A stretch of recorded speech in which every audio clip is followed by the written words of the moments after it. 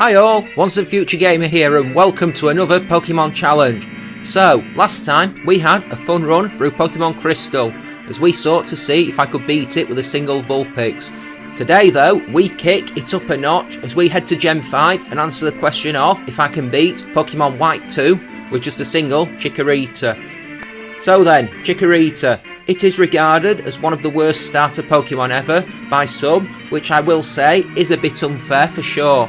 We have a 318 base stat total with 65 in each of our defense stats, 49 in each of our attack stats and 45 in our HP and speed.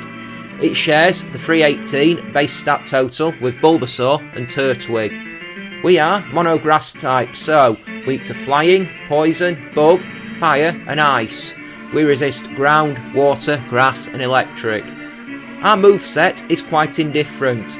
We get a lot of status moves via level up like Safeguard, Aromatherapy, Reflect, Light Screen etc. But we only get 5 direct damaging moves, probably the best of which is Body Slam. Via TM we don't get much in the way of coverage, it's all normal or grass moves damage wise, which is a little disconcerting for sure.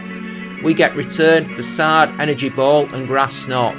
Hidden Power is a difficult TM to get in this game in a single Pokemon run, given it's locked to the Battle Subway or the PWT. Ditto Swords Dance, Ditto Double Team I believe. We can get a few moves via Move Tutor, but there's still nothing in there that's really useful, bar maybe Iron Tail, and given our possible roadblocks in this game, I wouldn't say that it would be massively helpful. This challenge was suggested by Patreon Jason Cabanuk. I think this will be a challenge because of the moveset we're rocking and also the battles we have ahead in this run. I know part of the reason people dislike Chikorita is because of how anti-grass type Johto is, but the region in this game isn't much friendlier, particularly the first 3 gyms. Oh well. As always, the rules are on the screen throughout, and if you do enjoy what you see then like, subscribe and ring that bell. Let's get this on. I use the Universal Pokemon Randomizer to replace Snivy with Chikorita, so that I can do the whole run with it. I chose to replace Snivy so that the rival will have Tepig, which hardest for us to fight by a long way. We run up to the lookout post and encounter Bianca, and we get that choice of what to pick for our starter. But the truth is, we know what we're doing. But when we do select the Chikorita, we get the usual option to give him a nickname, and in probably a fantastic example of me running out of creativity when it comes to nicknames, I picked to nickname him Chika, because why not? We discover that Chika has the rash nature, which is increased special attack and decreased special defense. That might not be too bad. I mean, we do get some special attacks that we can learn, so it might not be too bad. Not long after, we have the rival battle with Hugh, and I'd like to say there's a stack of tactical mastery on show here, but the truth is that Chika and Tepig are only really capable of tackling each other, and so we have 2 quadrupeds body checking each other for the duration of the fight. I think we are operating at a speed time just from glances. We do get hit with a tail whip that makes the tackles hurt considerably, but we do manage to take the victory and bring Tepig down. With that out the way, we have the road to Flockacy Town, and I'm all intent on training up. The first part of this game is brutal for grass-type Pokemon. Well, I'll caveat that. The first gym won't probably be too bad, but it is worth pointing out that Cheron does have the capability to actually be a tough battle, which, surprising given the Pokemon he has, but even once we get past him, we have a Poison Gym and a Bug Gym after that, both of which resist our stab. So, I think we're going to need to be able to brute force them, since it's not like we are blessed with super effective moves. Even after the Bug Gym, we've got another potentially a problematic opponent in Colress. Soon, we have another rival battle as we enter the ranch, and we do have a slight level advantage at this point. Not much, but hopefully enough that we can overpower his Fire Pig with our array of herbs and spices. We start throwing tackles, we get hit with one, and then we crit a tackle to leave the Tepig on the verge of defeat. There's not much more that it can do come that point, and we soon bring it down. If it had a fire move, things would be different, but thankfully, it doesn't. With that out of the way, we have more travelling, which culminates in our arrival at the Aspertia City Gym. and as we make our way through it, we have our fight with Sharon ahead, which I already said is strangely difficult thanks to his judicial use of Workup. Anyway, we fight his Patrat and start spamming Razor Leaf attacks on it, and we get hit with Tackle before critting a second Razor Leaf to bring it down. And then Lillipup it's the time for, who immediately goes for the Workup. That makes the tackles really hurt as we get hit with one before the second Razor Leaf drops it into red health. I know he's going to heal, and so I call for Synthesis to keep us healthy, since we're at about the half health mark. And though we get hit with another tackle, we drop the Lillipup with a crit Razor Leaf to give us victory. Badge number 1 down. The Poison Gym is up next, and that is liable to be awkward, so I'm doing some training in the Verbank complex. And there's also the single most annoying bit of the entire franchise directly afterwards to look forward to, even if we do get that win. Maybe I am being a bit harsh on the Pokestars studio bit. Maybe. There's probably people out there who really like it. It's a nice bit of extra content, I'll say that, but I don't like it, and I'm not going to apologise for my personal preferences. I will apologise if you find that comment upsetting, but that's just my personal opinion. But yeah, I'm trying to get levels on Chica, for sure. I eventually wander into the gym at level 26 and lose a few times, and it genuinely makes me wonder how bad this is going to turn out to be.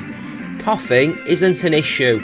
We can shoot it down with a few magical leaf attacks. It has low special defence, but the Whirlipede is just a massive pain, as it keeps spamming super effective Venishocks on us. We have a Peachy Berry to try and get rid of any poisoning attempts that happen. On the third attempt, we get her to burn her super potion early on the coughing, as it survives 2 magical leaf attacks, which pretty handy. So, when it comes to the Whirlipede, we can chip it down over time, and believe me, it takes a lot of time. We have to heal ourselves with Synthesis several times throughout to make sure that we're healthy, and I don't think we're going to be able to do it. Right up until the point when I realise she doesn't have another potion and we can bring the Whirlipede down to give us the second badge. We have some exploring of Castelia City up next, and then we have the Berg fight, which I feel is going to be pretty rough. I was trying to train up to get Body Slam, but it's still a way away. I got up to level 31 before entering the gym and then realised that move was another few levels away still. Instead, I put Return on Chica for the fight and we get started. Swadloon is first and we get hit with String Shot, but we crit our second return to put it down quickly. That speed drop might be a problem. Dwebble is next and it keeps slamming Struggle Bug attacks into us, which not ideal. We do 2-hit it with Magical Leaf though, plus I don't think it's as sturdy in this game, or at least not in regular mode. Oh well, we're not using our special attack anymore now. As we start to trade blows with Lavani, our returns don't do a whole lot of damage, maybe a quarter at a time, and unfortunately those Struggle Bug attacks really do hurt, so we start using Synthesis to heal ourselves up. In conjunction with the leftovers, it isn't too bad. I suppose we should be glad Lavani is more of a physical attacker than a special one, and we can take it down pretty quickly. I'm surprised Berg never healed, but oh well, lucky I guess. Colrus is next, and it takes a few tries to get victory over him, largely because we don't have a whole lot to hit steel types with. That said though, this time shouldn't be too bad, but the next few times are going to be infinitely worse, especially the one near the end of the game. Magnemite isn't too bad, it just keeps paralysing us with Thunder Wave. We can at least 2-hit the thing with Magical Leaf under most circumstances, because it doesn't have great special defence. It all depends on the damage roll. Clink is the issue, as it has charge and isn't afraid to use it, which means even more so our Magical Leaf isn't going to hit hard. So we are down to using Return to do the most damage. Gear Grind really does hurt, but at least it does miss a few of them, and also it does waste some turns going for charge, which if we're going to use Return isn't too bad. Of course, we also have the chance of losing our turn to Paralysis, but we just about muddle through. I moan about Pokestar Studios in single Pokemon runs, But on the subject of having to do bits that can't be avoided, Join Avenue isn't much better. Either way, we have the electric gym next, which shouldn't be too bad, bar maybe a few obstacles to be wary of. Emolga for sure with the risk of paralysis, and Zeb Striker with flame charge. The ground gym shouldn't be too much of a problem, but the flying gym is liable to be pretty bad, especially since I believe she has a Skarmory in this game, so we're going to have to be careful for sure in that fight, but hopefully we can brute force her. It's not long after that before I head in to do the gym battle with Eliza, and we have Safeguard in our arsenal at this point, so we do have a bit of an answer for the paralysis risk. I mean, it isn't foolproof, but it beats using a Cherry Berry, which is only a single use getting rid of paralysis condition. At least she only has one Emolga in this game, which makes her marginally less annoying than in Black and White 1. That Emolga hits us with Pursuit while we go for Safeguard, and then it Volt Switches out as we Body Slam Zeb Striker. We slam a Magical Leaf into it before getting hit with Flame Charge, but she drops a Hyper Potion as we put it into red health, and then we have to go over and over again, keeping the Safeguard up when it goes down. Thankfully though, she never uses Flame Charge again, and we don't lose too much health throughout the fight. Fluffy comes in next, we paralyse it with Body Slam, but it puts us on red health with Takedown, and we have to heal with Synthesis. We watch her lose some turns to paralysis, and with our health recovered, we soon bring that down too, without any risk of paralysis of our own. Emolga is last. We do have to tank a few Volt Switches, but we paralyse it with our first Body Slam, and we soon bring it down with repeated blows. So, although it wasn't an easy fight, we never really looked like losing, so fun times I guess. As I head towards Driftvale City, let's do some Chikorita trivia. The Chikorita family is the only evolutionary line of a first partner Pokemon, and how I hate that phrase, let's just call them starters, it was good enough for years to keep their Japanese voices in the English dub of the anime, since they have nearly identical names in English and Japanese. In the anime, Chikorita as a species had the most trainers amongst the Johto starters. One Chikorita has been trained by each of Ash, Casey, Vincent, Silver, Lyra and Horace. However, Ash is the only one who is confirmed not to have received Chikorita as a starter. Chikorita is the only starter Pokemon that cannot be used in the Pokemon Jump minigame. In both early artwork and the in-game sprites of Pokemon Gold and Silver, Chikorita's body is yellow. However, this was changed to light green in later artwork and Pokemon Crystal. An early demo of Pokemon Gold and Silver in 1997 shows Chikorita's name as Happa, which literally means leaf. Due to a programming error, Chikorita is not required to receive the diploma in Pokemon Ruby and Sapphire. Chikorita appears to be based on a sauropod, though its shape and appearance alludes to that of a pear or a Belgian endive, a type of chicory. The buds around the neck resemble a necklace. The name origin may be a combination of chicory and ita, the feminine form of the Spanish suffix for something young or small. It isn't long indeed before we've made our way towards Clay in the Driftvale gym, and we should be okay here. I don't think 2 out of his 3 Pokemon will be a problem, and I am duly proved right, as when Krokorok emerges, we end it with Magical Leaf very quickly. Sandslash, out second, actually survives Magical Leaf and hits Bulldoze, so we are slower now. Clay drops his Hyper Potion, and then we take it out with another Magical Leaf, the damage roll saving us from another turn. Then it is Excadrill, and this is slightly more troublesome. It hits a bunch of rock slides, and thankfully we never flinch as we hammer it back with Magical Leaf attacks. We lose 3/4 of our health, but we soon manage to bring it down with about 4 attacks. Let's have a look at the next bit of the game then. There is the always irritating in these challenges PWT bit. I do like these games, but notice that's the 3rd bit I've complained about. But unlike Join Avenue or Pokestar Studio, I don't have an issue with the PWT. My complaint is that they make you take 3 Pokemon in, which defeating the purpose of a single Pokemon run. Still, we've got the Flying Gym next, which liable to be quite bad, potentially, but we will have to see. After that, there'll be a rival fight, and he's liable to have a fully evolved starter by then, which could be bad. Then the Dragon Gym is after that, and I can see that not being pleasant. The Water Gym probably won't be an issue, but the Chorus fight is probably going to be absolutely diabolical. I've got the Skylar fight up next, and it takes a considerable amount of time to get to her. The gym puzzle isn't particularly difficult in this gym, but it is quite time consuming if you get it wrong, and it's very easily done. We trained up to level 58 ahead of this battle, and it isn't actually that easy, as we lose plenty of attempts, but eventually we get one that looks something just like this.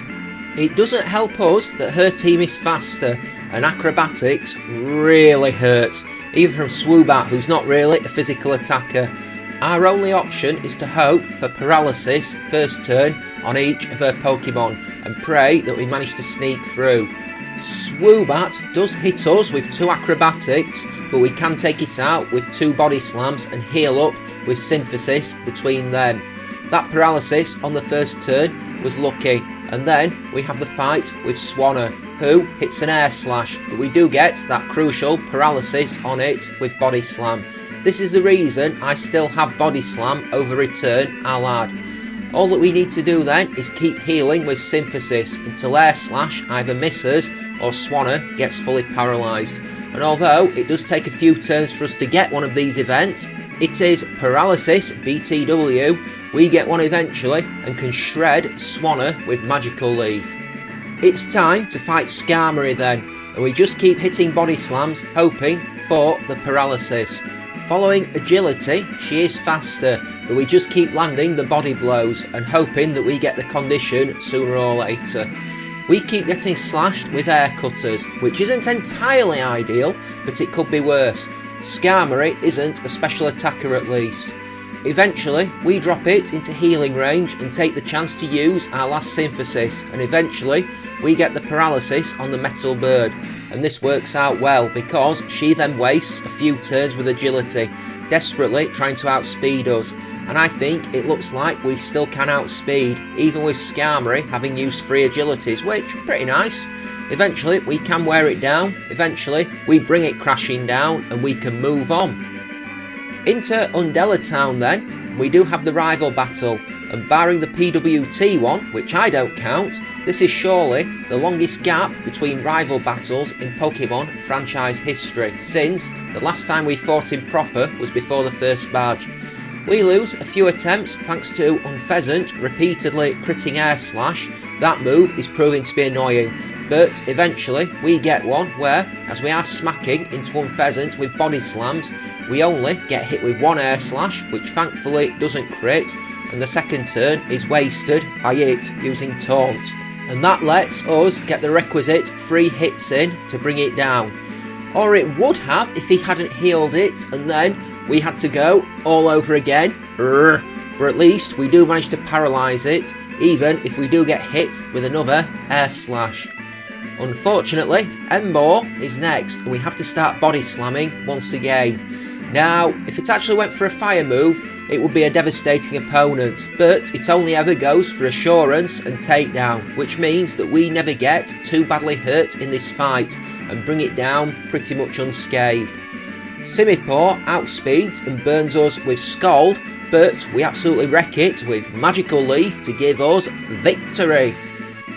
As I move towards Opelucid City, let's talk about what is ongoing with the channel.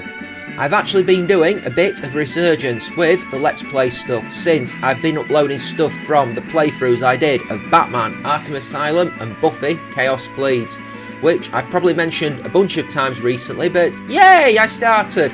At the time of writing, I was also probably pretty near the end of my playthrough of Resident Evil 6, which, considering I sort of languished with it for a few months, I'm impressed. Not that bad, some good bits, but definitely not my favourite Resident Evil game. Mind you, no doubt I'm going to have to try and do a playthrough of 7 sooner or later, which I have also never finished.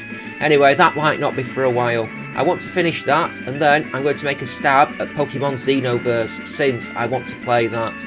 Challenge-wise, I'd forgotten this one was coming next, but it's an Alpha Sapphire challenge next, and I'm going to see if I can beat that with a single Finneon. Could be interesting. As always, if you have any ideas for future challenges, head to the comment section down below, or follow the links in the description to my Twitter or my Discord. Mostly got the schedule for this year wrapped up, but there's always next year, always happy to get them. Also, quick Pokemon Master Showdown shout out, keep checking it out. Can't remember what's been uploaded by this point as I'm recording it because I forgot to put it in the script. Can't remember what's upcoming. I know IRL, we've done 40 battles, obviously not all of them have been uploaded. Somebody did comment on this, say, oh yeah, I like how you built a randomizer with 200 Pokemon characters and the same characters keep coming out. So, basically from 40th round onwards, I've taken 60 odd characters out, so we're going to get some new battles, which, yay, I guess. I really dislike the puzzle in the Dragon Gym in this game. It is an absolute nightmare in single Pokemon runs because there are mandatory, triple and rotational battles, which are a pain to pretty much do in every sense of the word. There's no real surprise why this mechanic never kicked off. There were some trainers I couldn't even get past and had to do a massive training to power up. I don't consider this a waste with what is to come. Drayden begins with Druddigon and we start to hammer it with body slams, getting hit with Slash and Revenge before he does drop a potion and then we go on the offensive again. But either way, it'll be a free hit knockout. But at least over the course of the fight we don't get too badly hurt. Flygon hits a Dragon Tail, but we can take it out with 2 magical leaves since it doesn't resist grass thanks to being part ground type. And then Haxorus. Over the course of the battle we do get hit with 2 Dragon Tail attacks, but we shrug them off and can free hit that with Body Slam. Not long after I go and tackle Marlon, and if there's going to be one gym in this entire run that doesn't cause me problems, it's surely going to be this one. I do like the puzzle in this gym in that it only really has to be done once because we open a shortcut after completing it. Why can't more gym puzzles be like that? It'd be lovely. Anyway, it's time to face the water specialist and he begins with Caracosta. We hit a body slam to break the sturdy and then shrug off Crunch and blast it with Energy Ball to take it out. Next is Wailord and another Energy Ball ends it hard before we face the Jellicent, who survives Energy Ball and lands Ominous Wind. The Berry takes it out of healing range though, and we finish that with another Energy Ball. Jellicent, very good special defence, so no surprise there. We've got a long walk towards the next bit of the game, and it's going to be the whole Plasma Frigate bit, which means we are going to be fighting Colressou. I do have some considerable worries about facing the Steel-type specialist.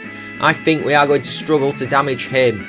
Then there's 2 battles with Getsis right after, one where he uses Curum and one where he uses a full team of 6.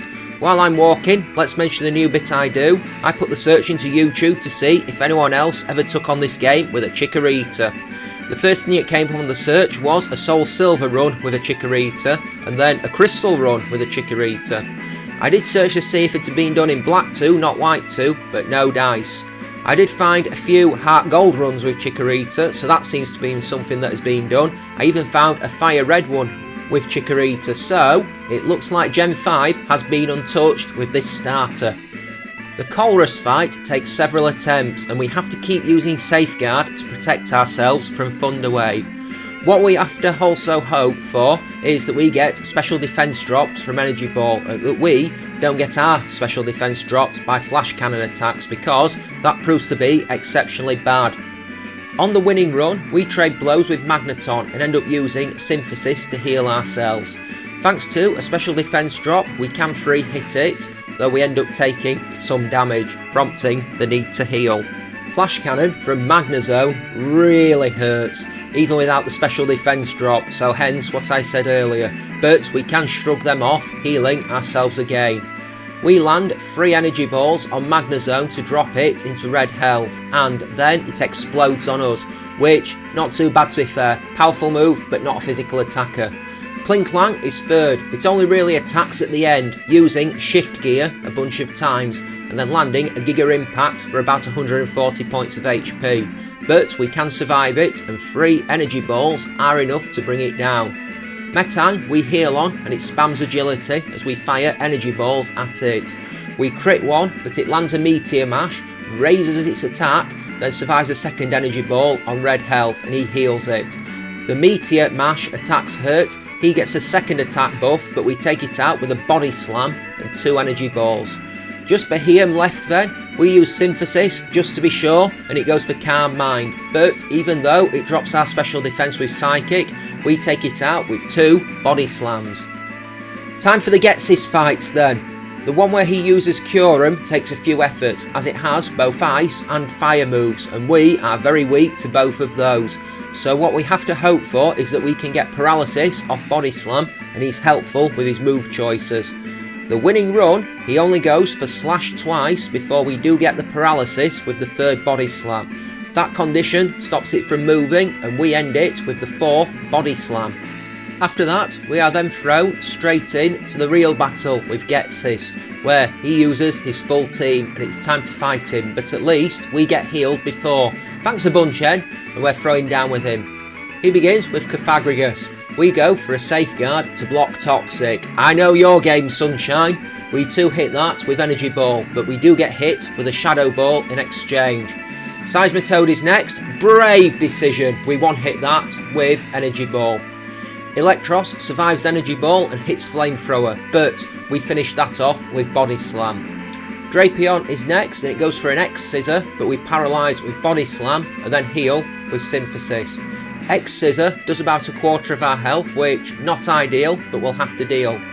We drop it into red health, but he heals it, only for us to once again paralyse it straight away.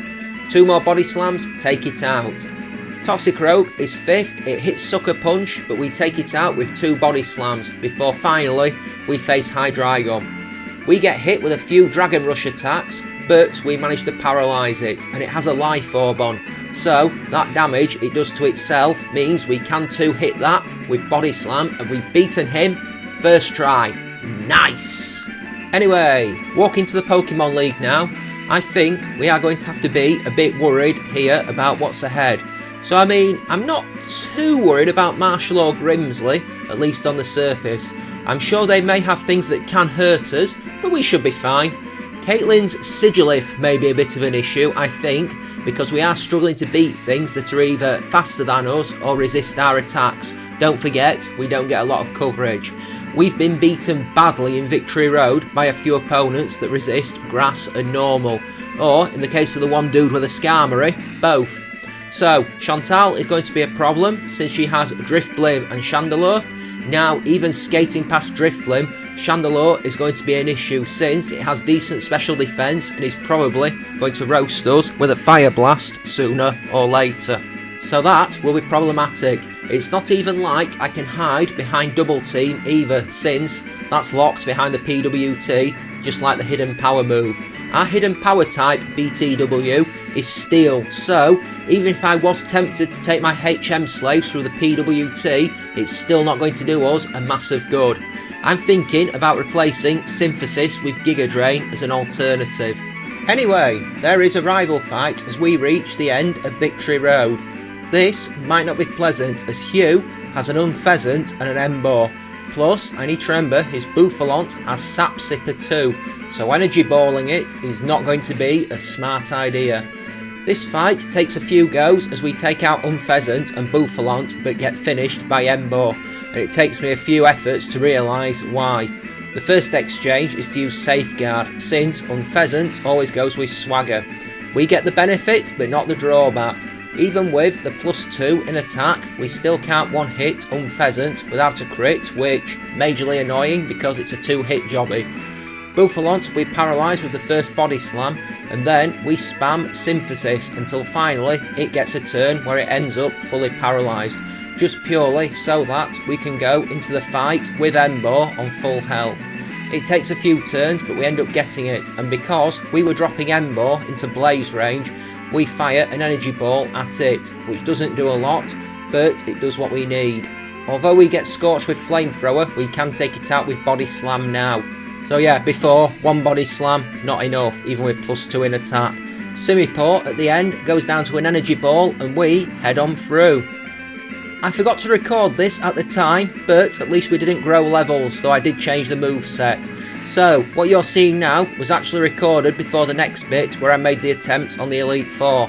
Here are our stats at level 90. Defense is good, attack stats are okay, special defense isn't too bad, but it is what it is at the end of it. Take your guesses on if I can do it at this level or not. Right now, folks, let's do this. Man, I wish I had an attack boosting move. I make a run through the Elite Four, and in very quick succession, I lose to Grimsley, I take out Lipard and Scrafty, but lose to Bishop thanks to it having X-Scissor. I lose to Marshall's Conkelder after getting roughed up by the rest of his team, and also Caitlin's Sigilith just turns out to be that bit too much, which makes me think I will probably need to be stronger. At this point I went to go and get Giga Drain. So I could get the Swords Dance TM, it would probably violate the spirit of the challenge, but it's an option. But if I use free Pokemon to go through the PWT, it's no longer a single Pokemon run, I've needed to use free Pokemon to get what I need to beat the game. Anyway, I decide to train to level 95 and then I go back to fight again. I go and fight Marshall first, and though there are a few hairy moments, it goes something like this. He begins with Throw, and although we can take it out with 2 energy balls, it does hit us with Bulldoze, so we are going to be slower for the rest of the fight, which not good. Mienshao evacuates with U-turn and Conkelder comes in to get hit with Energy Ball, but we finish that off with Giga Drain. Mienshao goes to bounce and dually paralyses us, which not ideal, but we one-hit it with Giga Drain. We smash Sork with Body Slam after getting hit with Brick Break, and we paralyse it. 1 full paralysis later, we take it out with Body Slam. 1 down. We go for Caitlin next, and there'll be a few issues, no doubt, but we'll have to do what we have to do. Versus Mashana, we have the need for Safeguard, because I know it likes to combo Yawn and Dream Eater. We hit a Body Slam and it goes for Reflect, so we start firing Energy Balls instead, getting her to waste a full restore, meaning we can soon take it out as soon as we go on the offensive again. Sigilith is next and we hit a Body Slam, getting the paralysis on the first turn, which handy. Air Slash doesn't hurt too much, we go for a Giga Drain and a Body Slam to take it out. We hit Reuniclus with Body Slam and get the paralysis, but it blasts us with Psychic. We fire an Energy Ball at it, we don't quite take it out, and then it starts spamming Recover, which, annoying, and it keeps doing so until it gets paralysed, and then we can take it out with 2 Body Slams. Gothitelle, we hit with Body Slam and get another paralysis before it goes to Calm Mind and we hit Giga Drain. But we can also take it out with 2 more Body Slams, all while being hit with another Psychic. I go for Grimsley third, I'm definitely leaving Chantal for last. After a few tries, I use my rare candies to boost to level 100 and then make my way through him. Level 95, just not doing the job.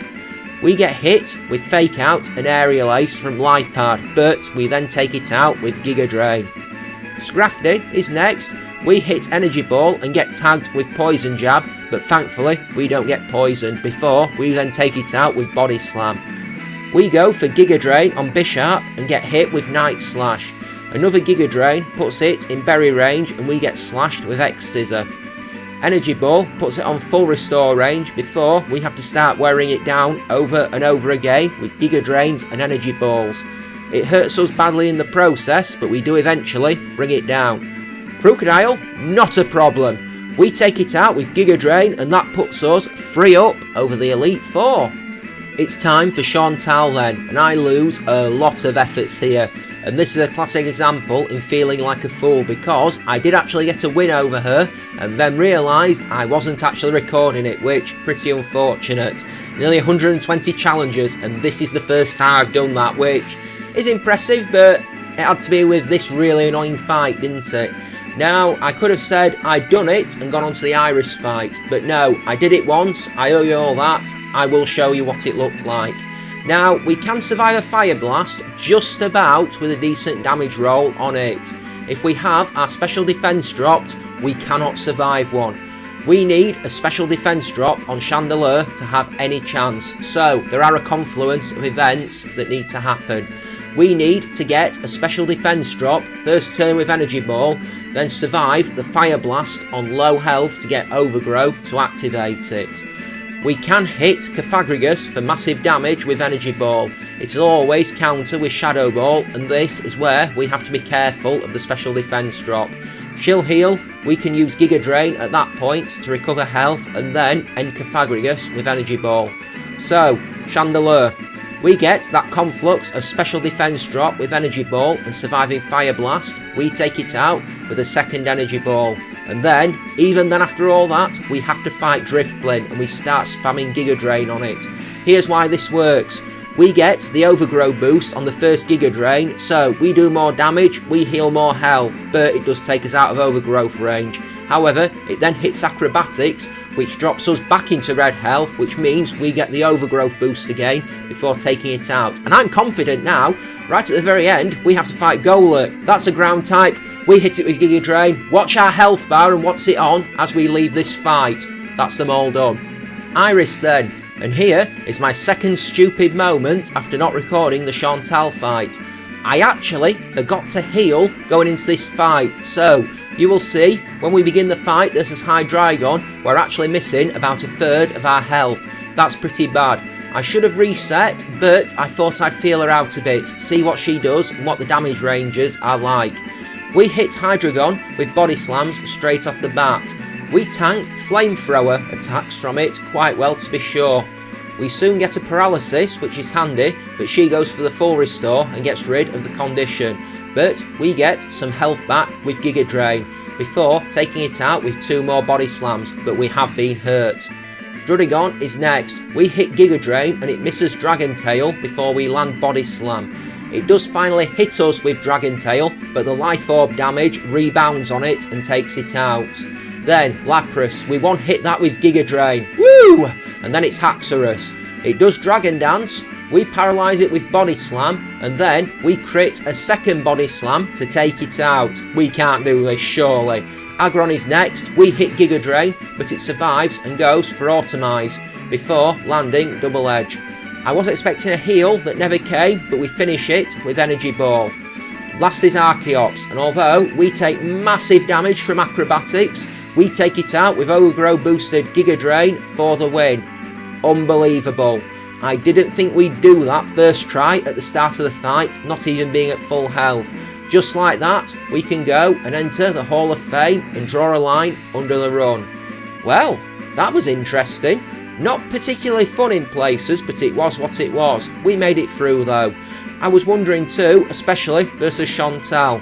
Could have been easier, but I suppose it could have been harder as well. So, all in all, not a bad effort of work. Thanks for watching, folks. I hope you enjoyed.